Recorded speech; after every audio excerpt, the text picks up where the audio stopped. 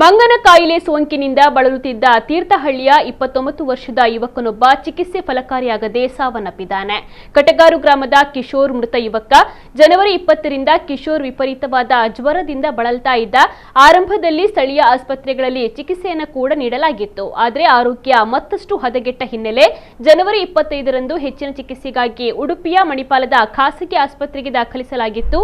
ಆದರೆ ಸೋಂಕಿನ ತೀವ್ರತೆಯಿಂದಾಗಿ ಕಿಶೋರ್ ಅವರು ಸಾವನ್ನಪ್ಪಿದ್ದಾರೆ ಎಂದು ತಿಳಿದು ಬಂದಿದೆ.